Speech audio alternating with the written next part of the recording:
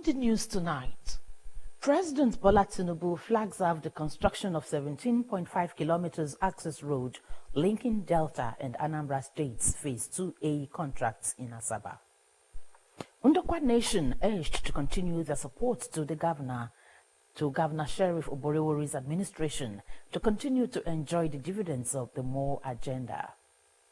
First Lady Senator Remi Tinubu describes tuberculosis as a national emergency that needs urgent attention. Abroad, US-Russia opened talks in Saudi Arabia on partial ceasefire in the Ukraine war. Hello, good evening. Thank you for joining us on Delta Television News tonight. My name is Onome Iyarowe. President Bola Tinubu has said the federal government was responding to the challenges faced by road users by improving connectivity, safety, and boosting of trade and commerce across the country.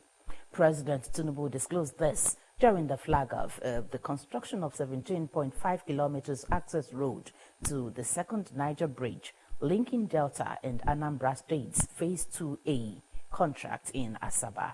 Ejime Udweme report. The president, who was represented by Governor Sheriff Oborevwori, said good transportation networks facilitated easy mobility, created employment opportunities, boost tourism, engendered free movement of goods and services from production centers to sales outlets, and improved overall quality of life. He commended the Delta and Anambra state governments for their cooperation and support, and appealed to motorists to be calm and patient throughout the construction period.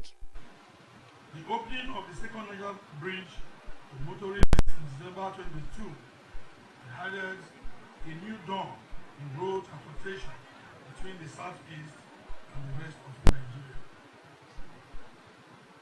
This bridge is a landmark infrastructure project because of its linking Asaba Benin and Isha Enugu dual carriageway.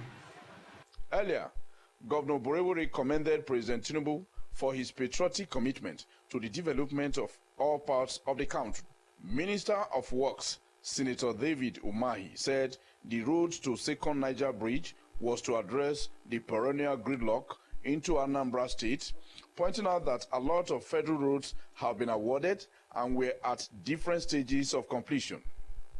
He equally commended Governor Oborevwori for being a progressive governor by constructing flyover bridges in Warri and Efuru, and for his interventions in other federal roads across the state. What you are doing today is not just a section of this second Niger Bridge, bypass. I will take the project all the way from Lagos to Shagamu interchange.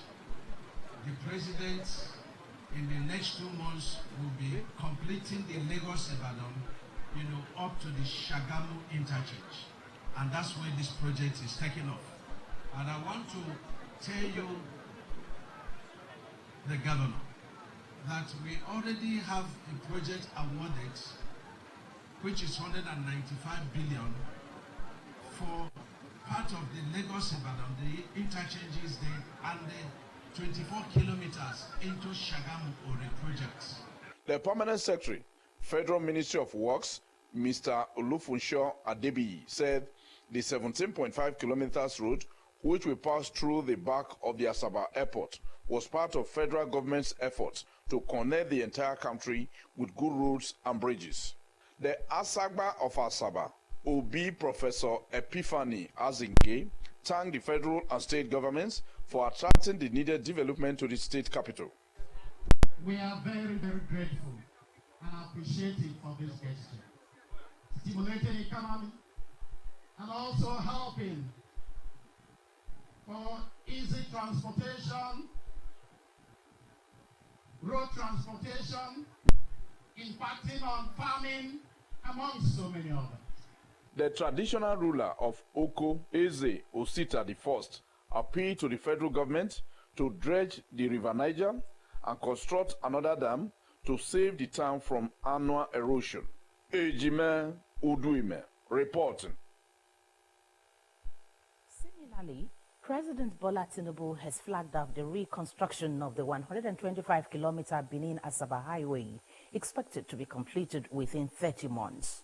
President Tinubu in Benin City, Edo State, said his administration was committed to the implementation of his renewed hope agenda. Perebotu reports. The president, represented by the Edo State Governor, Senator Monday Okpebholo, said the road was critical as it connected the south-south to the southeast and other parts of the country. He explained that the reconstruction of the expressway was through a public-private partnership arrangement, while giving assurance that other federal roads were also being given adequate attention. Minister of Works, Senator David Umahi, described the reconstruction work as a cashless model as it was not relying on contract from the Ministry of Works or funding by the federal government. Also speaking, Minister of Finance and Coordinating Minister of the Economy, Mr. Wale Edun, said the project was being fully funded by the African Plus Consortium, backed by credible investors. In his remarks, Governor Sheriff Oborevwori, represented by his deputy, Sir Monday Oyeme, noted that the reconstruction of the busy Benin-Asaba Expressway would not only improve the safety and efficiency of travel, but would also unlock the economic potentials of the region, thereby generating significant economic benefits, including job creation and increased trade, as well as general standard of living of the people. He advocated the extension of the project to the Onitsha bridgehead, while soliciting the support of all stakeholders towards its successful completion. A representative of the company said the road will be reconstructed from the ring road in Benin City with 10 lanes to the Benin bypass before maintaining the existing dual lanes to the second Niger bridge. He added that the road would have solar power street lights throughout the entire length with CCTV cameras and a toll gate, and would be completed in 30 months. Highlight of the event was the handing over of the contract documents to the company by the Works Minister. I am Perebotu reporting. The Ndokwa Nation has been called upon to continue their support to the Governor Sheriff Oborevwori administration in order to continue to enjoy the dividends of the More agenda. The State Deputy Governor, Monday Onyeme, made a call while flagging off a medical outreach organized for the people of Ukwani local government area by the Monday Onyeme Foundation as part of activities to mark his 60th birthday celebration. Perebotu completes the report.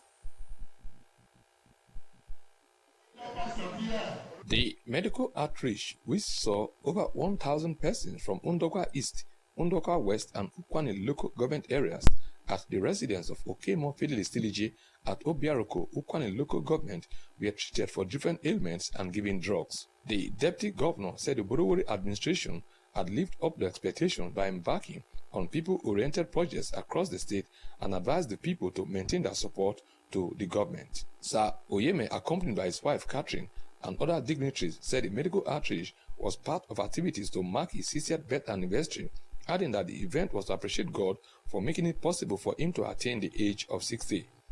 The deputy governor said the free medical outreach program for indigent and vulnerable persons will be held in the 3 federal constituencies of Delta North, beginning in Ndokwa Ukwani federal constituency, while that of Ika and the Anosha Oshimini federal constituencies will take place on Tuesday and Wednesday respectively. He affirmed that the best way of showing appreciation to God was to reach out to the people at the grassroots. The best way to show appreciation to God is by appreciating your fellow human being. For that, by trying to do to your fellow human being that which you believe God has done to you that made you to be appreciative to God. And that is what I'm trying to do today. Sir Oyeme thanked Governor Sheriff Oborevwori for choosing him as his deputy, saying it was the first time an Ndokwa man was becoming a deputy governor, and urged the people to continue their support for the present administration. The senior policy advisor to the governor, Right Honorable Funke Keme Solomon, lauded Sir Monday Oyeme for the medical outreach initiative, saying it was a good way to celebrate his 60th birth anniversary with the grassroots people by enhancing their health status. He advised the people to always remember the deputy governor, Sir Monday Oyeme, and his family in their prayers. Monday Oyeme has shown that he stands with the people, not just today, but it has become a way of life for him, and therefore is entitled to good old age. It's entitled to sound health. Your Excellency, I congratulate you. Others who spoke, including the chairman of Ukwane Local Government Council, Honorable Possible Ajede, the Subara Commissioner, Honorable Enebeli Azuka, among others, said the Deputy Governor had shown leadership which was worthy of emulation. They said Sir Oyeme had distinguished himself as a true leader whose passion for the people was unrivaled, and commended him for flagging off his medical outreach in Ukwane. For that, I show you that Ukwane Local Government, on behalf of our leaders, we have lined up all activities to support you, and it is our prayer that God Almighty will continue to lead you from now and beyond. Your Excellency. Says, and I've spelled that you are an open man. And Open is saying, all your endeavors, we are with you, and we appreciate you. Prayers were offered for the Deputy Governor by Venerable Frank Emeni and Bishop Duke Akpotowo. I am Pere Botu reporting. Beneficiaries of the free medical outreach, organized as part of activities marking the 60th birthday of the state Deputy Governor, Sir Monday Onyeme, have expressed gratitude to their benefactor. Henry Unogwa completes the report.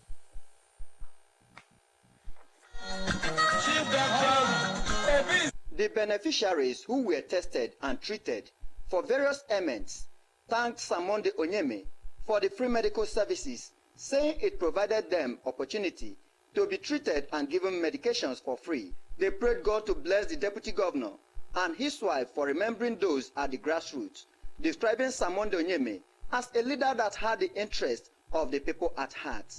We have done this great opportunity for those who cannot afford treatment. So I'm so happy, and I have my own gratitude to him, and may God bless him for doing this great job. God will bless his family needs. God will bless her. He's very fine, he's very good, very happy. I thank Jehovah. Let him continue his good leadership.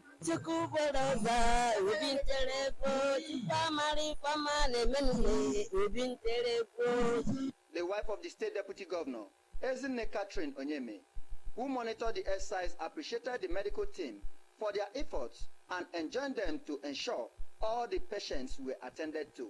God will give him the wisdom to be able to do his work as a deputy governor. He is going to continue to serve the masses, and also because he is a man of the people, he has a good heart. God will continue to strengthen him. So all what we are doing here today is in line with his more agenda. So we are praying that God will sustain them and lead them and give them that enablement of moving the state ahead. The chief medical officer at the government house clinic Asaba, Dr. Anthony Okunze, said over 1,000 beneficiaries were being examined and treated by the medical team, and urged beneficiaries to use the drug according to prescription. We have been seeing patients, and part of the patients we've been seeing are those with hypertension, diabetes. Some we came with drugs for even the syrups for children and for adults also. So he has decided to give to people to bless them by having this medical outreach as part of the celebration. The general manager, Delta Broadcasting Service Asaba, Mrs. Christine Jobome Emetulu, commended Sir Monday Onyeme and congratulated him in his and curable. Mrs. Tinubu, who is both a national and global TB champion, had during the 2024 World TB Day donated 1 billion naira from the Renewed Hope Initiative (ROHI) towards the fight against tuberculosis in Nigeria. From the World Health Organization's 2024 Global TB report are alarming, as they show that one person dies of TB every 7. Nigeria remains one of the top 8 countries with the highest burden of TB worldwide. Senator Oluremi Tinubu commended the Stop TB Partnership Nigeria, the National Tuberculosis and Leprosy Control Program NTB-LCP, the Federal Ministry of Health and Social Welfare, and all the partners for their relentless efforts towards ending TB in Nigeria. Also speaking, the Minister of State for Health and Social Welfare, Dr. Adekunle Salako, said that tuberculosis remains a major public health challenge in Nigeria, which ranks first in Africa and 6th globally among high-burden TB countries. He noted that in 2023, an estimated 499,000 Nigerians developed TB, primarily affecting the productive age group of 25 to 44 years, leading to economic hardships, adding that the situation is worsened by stigma, poverty, malnutrition, overcrowded living conditions, and limited access to quality health care. Dr. Salako stated that despite challenges, Nigeria has made significant progress in TB education through WHO-recommended strategies. Governors of a lawsuit at the Supreme Court challenging President Bola Tinubu's declaration of state of emergency in Rivers State. The emergency rule, declared on 18th March 2025, led to the suspension of Governor Siminalayi Fubara, his deputy Ngozi Odu, and comprising leaders from Bauchi, Adamawa, Bayelsa, Enugu, Osun, Plateau, and Zamfara states, argued that the president lacks the constitutional power to suspend a democratically elected governor and deputy governor. They also contend that the appointment of a sole administrator is unconstitutional. According to the court documents, the plaintiffs are seeking a declaration that the president's actions violate Sections 1, subsection 2, Sections 5, subsection 2, and 305 of the 1999 Constitution as amended. They assert that the president has no power whatsoever or powers to suspend a democratically elected governor and deputy governor of the state in the Federation of Nigeria under the guise of or pursuant to the proclamation of state of emergency. The governors are also challenging the approval of the state of emergency by the National Assembly, arguing that the use of power of voice vote is unconstitutional. They insist that the Constitution mandates a 2/3 majority vote from all members of each legislative chamber. In their submission to the court, the plaintiffs further argue that the emergency proclamation did not meet the constitutional requirements set by Section 305. They are seeking an order to nullify the appointment of Ibok Ete-Ibas as sole administrator, declaring it unlawful and in gross violation of the Constitution. Additionally, they want the court to restrain the president from further attempts to suspend other governors or interfere with their constitutional duties. The governors, though not directly affected by the emergency rule, said they are pursuing the case to set a legal precedent.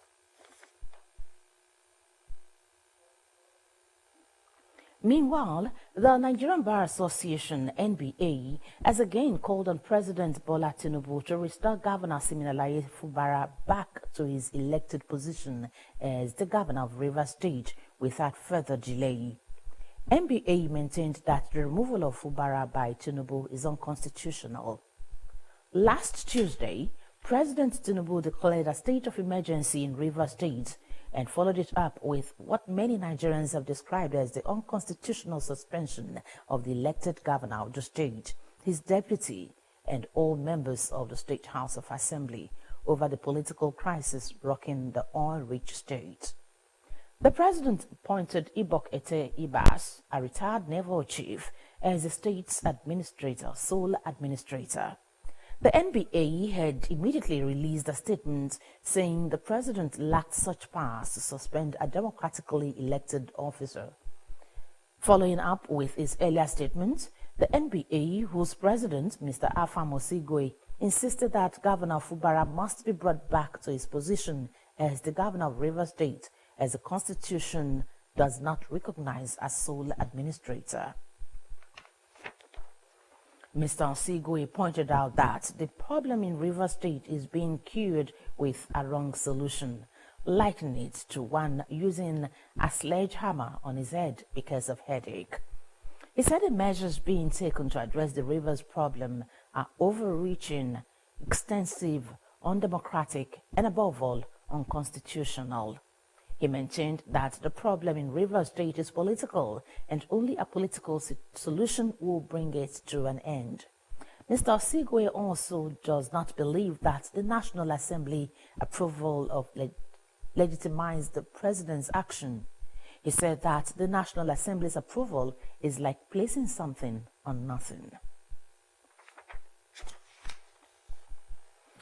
A group of registered voters from the Kogi Central Senatorial District has submitted a petition to the Independent National Electoral Commission, INEC, for the recall of the suspended senator representing the district at the National Assembly, Barrister Natasha Akpoti-Uduaghan. The petition, dated 21st March 2025, was submitted today at the INEC headquarters in Abuja by the group Concerned Kogi Youth and Women. Leader of the group, Charity Jose Omole, said they have lost confidence in the senator.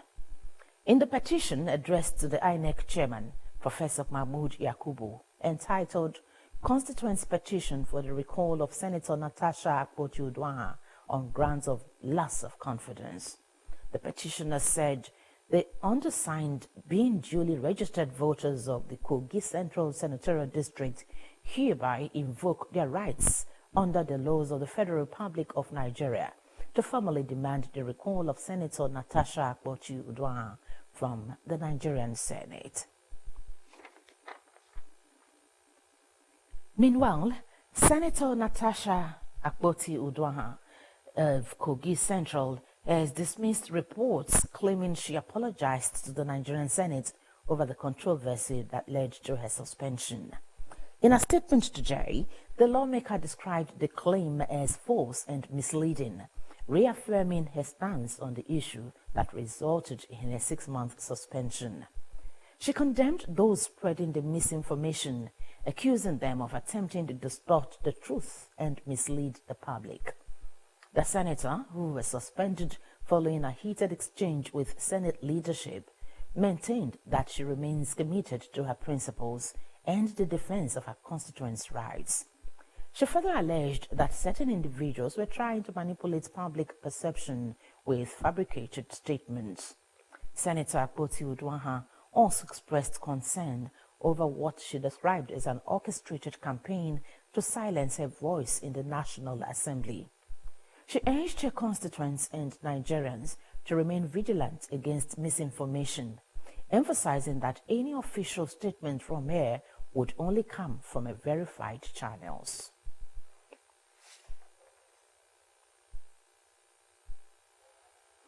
The Ministry of Finance Incorporated, MOFI, says it has secured 100 billion naira through the MOFI Real Estate Investment Fund, MREIF, to finance affordable housing. MOFI had earlier in December 2024 announced that the 150 billion naira MREIF Series 1 bond was fully subscribed. With the 100 billion naira Series 2 offering in February 2025 for private investors, which has now been fully subscribed, brought the total funding under the MREIF to 250 billion naira. Providing updates in our statement, MOFI said it attracted strong private sector participation under the 100 billion naira insurance entrance.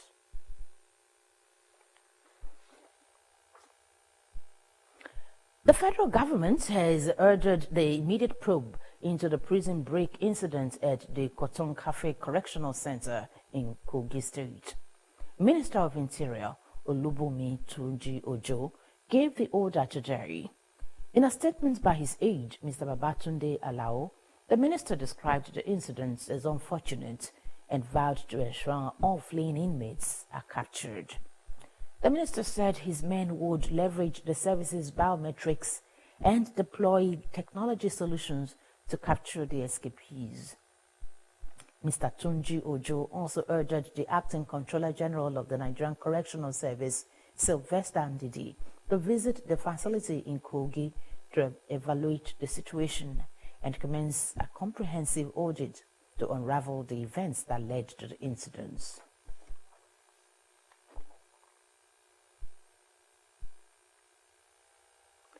The federal government said it has recaptured 5 of 12 inmates who escaped from lawful custody during Monday's jailbreak at the Medium Security Custodial Center in Kochon Cafe, Kogi State. Spokesman of the Nigerian Correctional Service, DCC Abubakar Umar, in a statement, said the incident occurred in the early hours of today. He said during the unfortunate incident, some inmates in a section of the facility manipulated the padlocks, leading to the escape of 12 inmates. Mr. Umar revealed that upon receiving reports of the attack, the Acting Controller General of Corrections, Sylvester Ndidi Nwakuchi, in a collaboration with heads of sister security agencies, including the SSA to the Governor of Kogi State, immediately mobilized to the facility, and personnel were deployed to secure the facility, restore order, and initiate a manhunt for the escapees. According to him, the Acting Controller General of Corrections has ordered a comprehensive investigation into the circumstances surrounding the escape. Additionally, a security audit was being conducted across all correctional facilities nationwide to prevent future occurrences.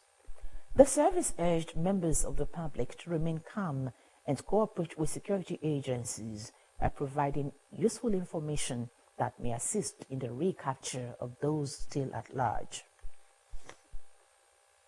The service assured Nigerians that the safety of custodial centers remain a top priority, and measures are being reinforced to strengthen security across all facilities.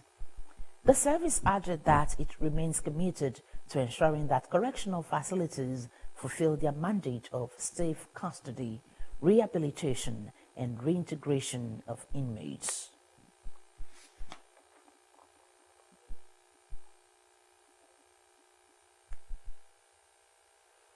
Christians have been admonished to be intentional in the pursuit of their careers so as to attract growth and self-development.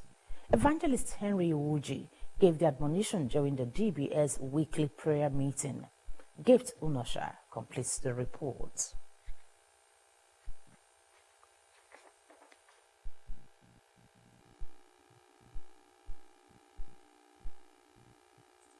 His message, titled Correcting the Error, said God's purpose and will for mankind was to prosper and be established in all ramification.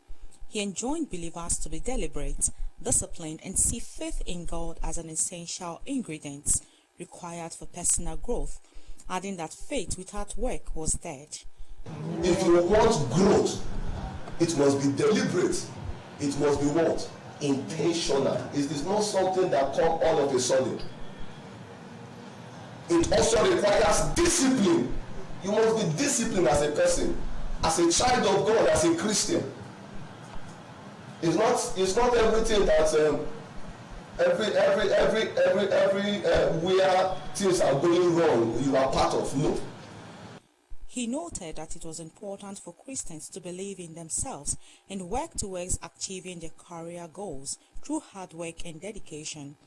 Gift Unosha reporting.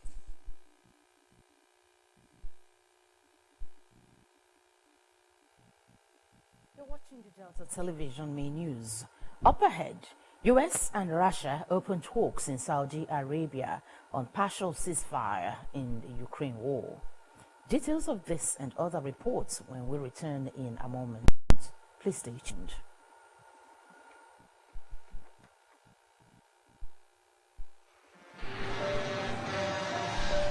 If tanker wey carry fuel fall or pipe wey carry fuel for underground burst, wetin you go do? You go begin bath fuel put for your bucket, or you go run comot far far for where the fire go soon come. Na only small time you get to take this wise decision. Waka comot, no, that one no dey enough. Shift, no, that one no dey enough. Stay there dey gist and take pictures with your phone. That na madness. Run, yes, run comot. Yes, your life depend on wetin you do. The fire go come at once and you no go fit control am. Why? Petrol dey catch fire easily. Why? Na just small spark go start big fire. So no stay there dey think. Run comot quick to save your life. No throw away your life away because of say you wan pack petrol. Take this advice. Disinformate, Now from Public Enlightenment Office, Delta Broadcasting Service, Asaba.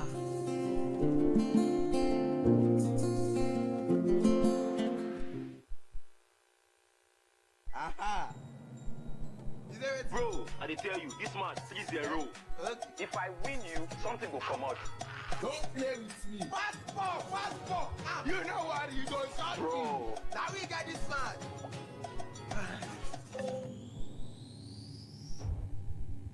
Keep the banter going with Glow Borrow Me Credit or Data. Dial star 303 hash to borrow airtime or data and pay later. Is it ready? Power your relentless ambition with ultra-high-speed data. Glow Unlimited.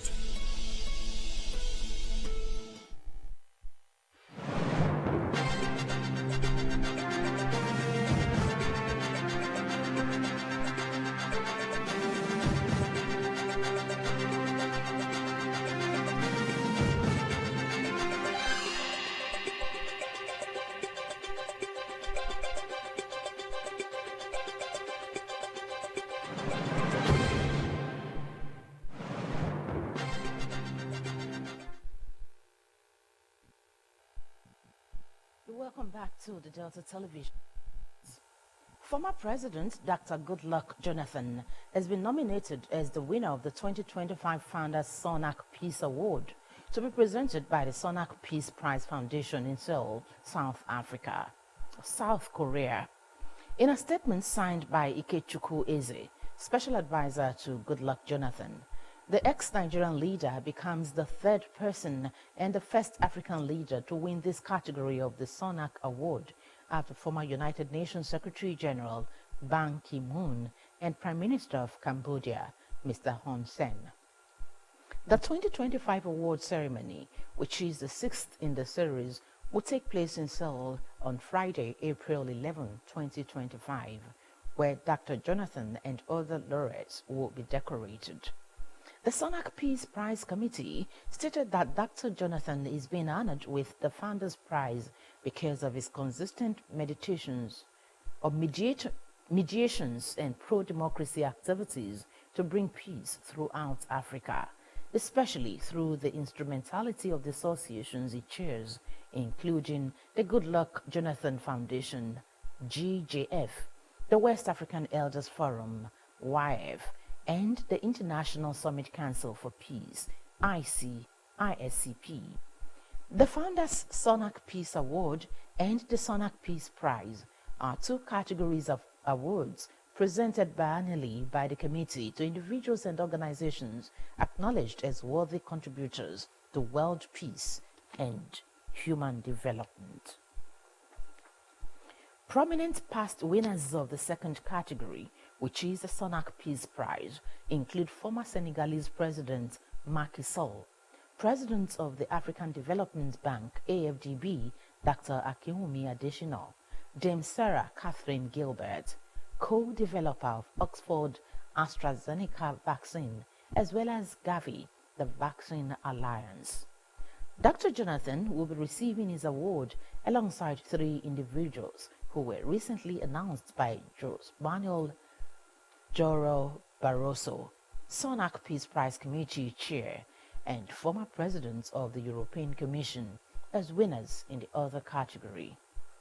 Established in 2015, the Bania Sonac Peace Prize honors individuals and organizations that have shown extraordinary service to global peace and well-being in one of three areas: sustainable human development, conflict resolution, or ecological conservation.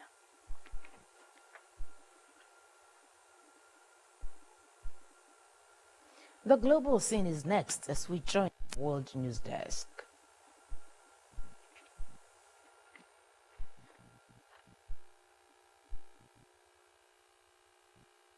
US and Russia officials today opened talks in Saudi Arabia on a partial ceasefire in the Ukraine war, a day after delegates from Washington and Kyiv had their own discussions. US President Donald Trump is pushing for a rapid end to the three-year war and hopes talks in Riyadh could pave the way for a breakthrough. Both sides have proposed different plans for temporary ceasefires, but cross-border attacks have meanwhile continued unabated. Originally planned to take place simultaneously to enable the shuttle diplomacy with the United States going back and forth between the delegations, the talks are now taking place one after the other. The meeting between the Ukrainian team, led by Defense Minister Rustem Umerov, and the Americans finished up late yesterday night. Mr. Trump envoy Steve Witkoff voiced optimism that any agreement struck would pave the way for a full ceasefire. South Korea's constitutional court today reinstated Prime Minister Han Duck-soo to the post of acting president, striking down his impeachment as he pledged to focus on steering Asia's fourth biggest economy through a U.S. trade war. The ruling, which comes amid months of political turmoil in the country, returns Han to power immediately. He took over as acting leader from President Yoon Suk-yeol, who was impeached over his imposition of martial law in December. South Korea, one of the world's top exporters, has been bracing for potential impact of a range of threatening tariffs under U.S. President Donald Trump. South Korea has already seen U.S. tariffs on steel and aluminium and has been seeking an exemption from reciprocal U.S. tariffs next month. Earlier this month, Mr. Trump singled out South Korea for applying high tariffs on U.S. exports. Mr. Yu's martial law declaration plunged the key U.S. military ally into its greatest political crisis in decades and sparked a leadership vacuum amid spiraling impeachments, resignations, and criminal indictments for a range of top officials. Mr. Han had initially lasted less than 2 weeks in the post and was impeached and suspended on December 27 after clashing with the opposition-led parliament by refusing to appoint 3 more justices to the Constitutional Court. Let's join our business news desk for happenings in the business sector. Following the Dangote Petroleum Refinery's suspension of the sale of petroleum products in Naira, some filling stations have started stockpiling premium motor spirit, otherwise known as petrol. The retailers are storing the product to ensure they have enough to sell at a higher rate, having projected that the price of petrol will go up soon as a result of the failure of the federal government to continue the sale of crude oil to the Dangote refinery in local currency. However, the Independent Petroleum Marketers Association of Nigeria, IPMAN, warned those retailers to stop panic buying as they may run into heavy losses. Last week, the Dangote refinery announced that it had temporarily halted the sale of petroleum products in Naira as the Naira for crude talks between it and the NNPCL appeared to have failed. The 650,000 barrels per day capacity refinery lamented that there was a mismatch between its sales proceeds and its crude oil purchase obligations, which it said are currently dominated in US dollars.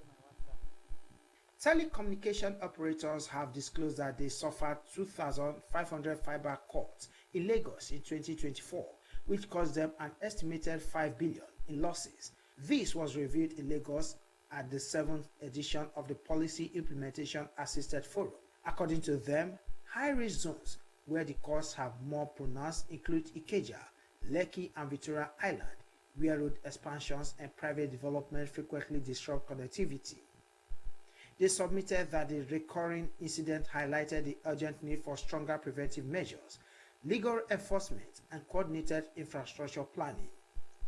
Speaking at the forum theme, Strengthening Protection of Critical Information Infrastructure through Proactive Implementation and Strategy Coordination, a senior official, Broad-Based Communications, Mr. Jude Igomena said, despite existing regulations, fiber costs have persisted, highlighting the urgent need for redress and compensation mechanisms.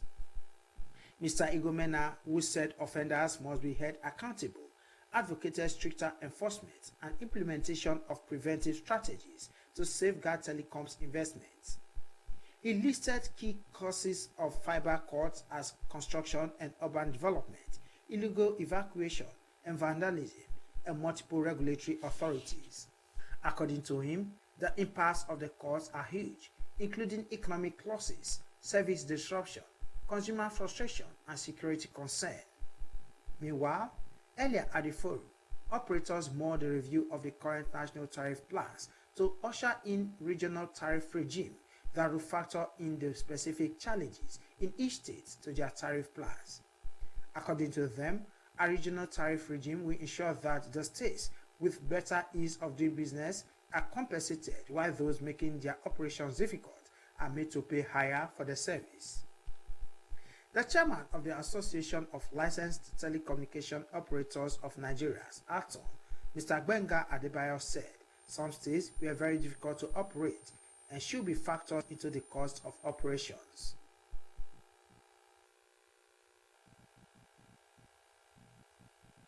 The state governor, the Right Honorable Sheriff Oborewori, has approved the appointment of Dr. Mini Oseji as a new head of service, Delta State. Dr. Mini Oseji was until her appointment the Permanent Secretary, Ministry of Environment, Delta State. She is a consultant public health and community physician, Medical Center of Federal Medical Center, FMC, Asaba. She is a consultant public health and community physician, medical director of Beraka Community Clinic, Asaba, part-time consultant with the Federal Medical Center, FMC, Asaba, executive director of public health,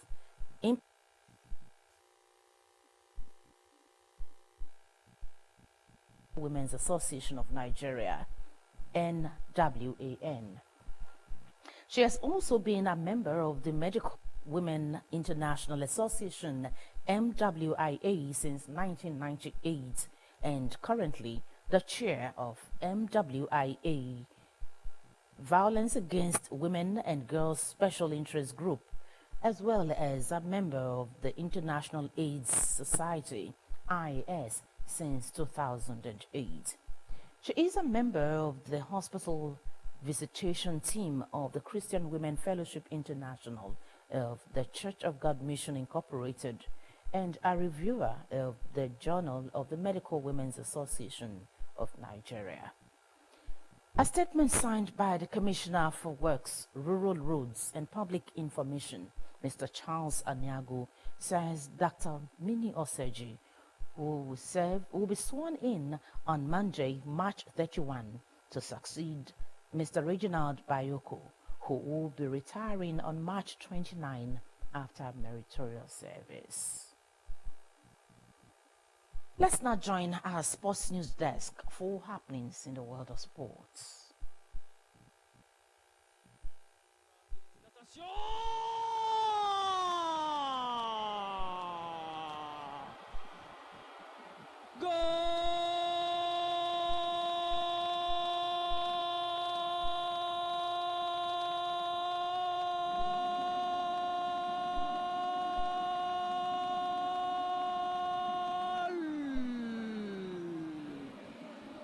Super Eagles head coach Eric Chelle has demanded maximum concentration from the players as they resume training in Uyo, Akwa Ibom State behind closed doors ahead of their next game in the 2026 World Cup qualifying series.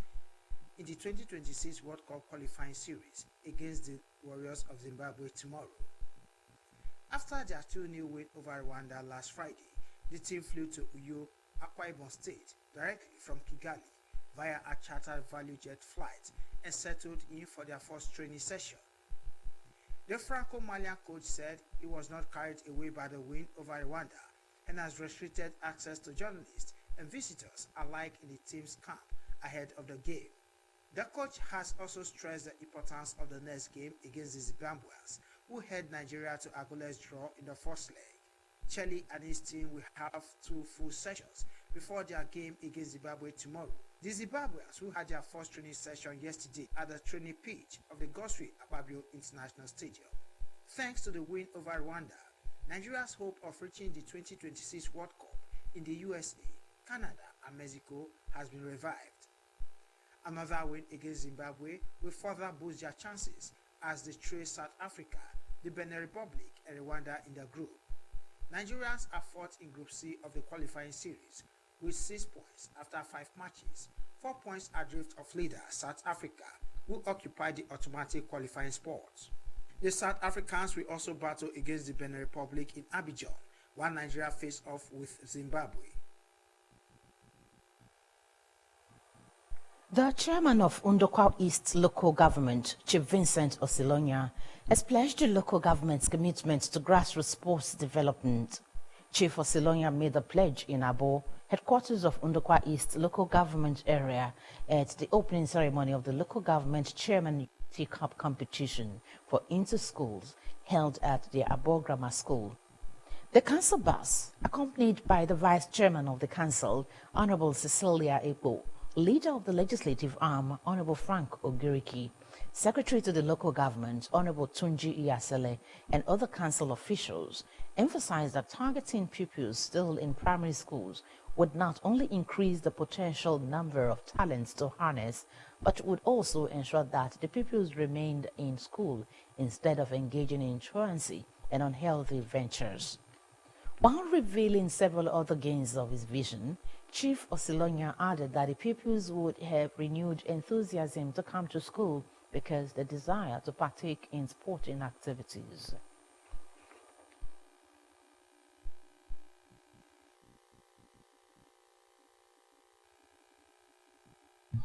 In their various disciplines, let them also be footballers.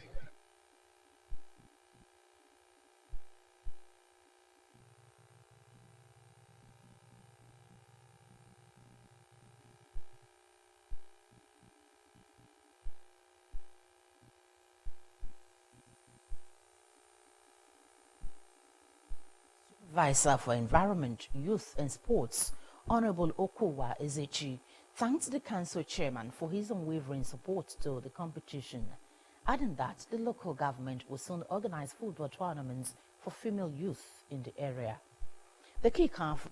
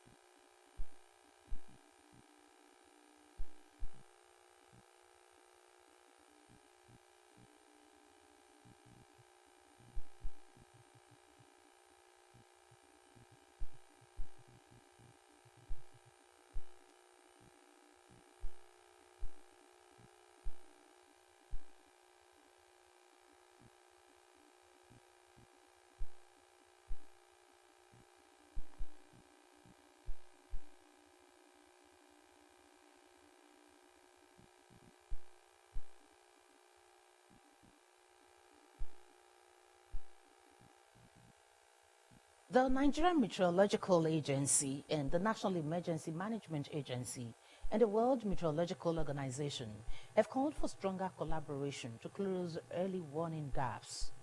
This was discussed during the World Meteorological Day commemoration held in Abuja. Representative of the Director General of the National Emergency Management Agency, Mr. Simon Katu, acknowledged existing gaps in early warning accessibility, understanding and actionability at the community level. Mr. Carter reiterated the agency's commitment to strengthening disaster preparedness through reliable meteorological data and early warning systems. He praised NIMET's seasonal climate prediction for shaping NEMA's disaster preparedness strategies, enabling the agency to respond effectively to floods, droughts, and storms. The Director General of the Nigerian Meteorological Agency, Mr. Charles Anosike, noted that investing in early warning systems was not only saves lives, but also strengthens economies. He stressed NIME's role in advancing meteorological forecasting, improving dissemination capabilities, and modernizing hydrometeorological infrastructure. Despite progress, Mr. Anosike highlighted challenges such as inadequate funding, lack of access to modern technology, uncoordinated dissemination efforts, insecurity, and maintenance issues as key factors contributing to early warning gaps. He stressed the need for collaboration between national and international partners, policymakers, the private sector, and local communities. Representative of the World Meteorological Organization, Bernard Gomez, underscored the importance of international cooperation in meteorological data exchange, noting that no country can collect global weather data alone.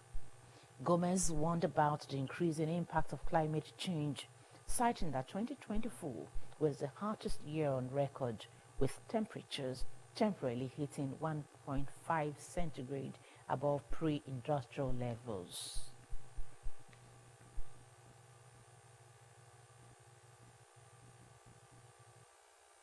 That's the size of our bulletin for tonight. Next is the thought. Do not forget what you are doing today, because your tomorrow will depend on it.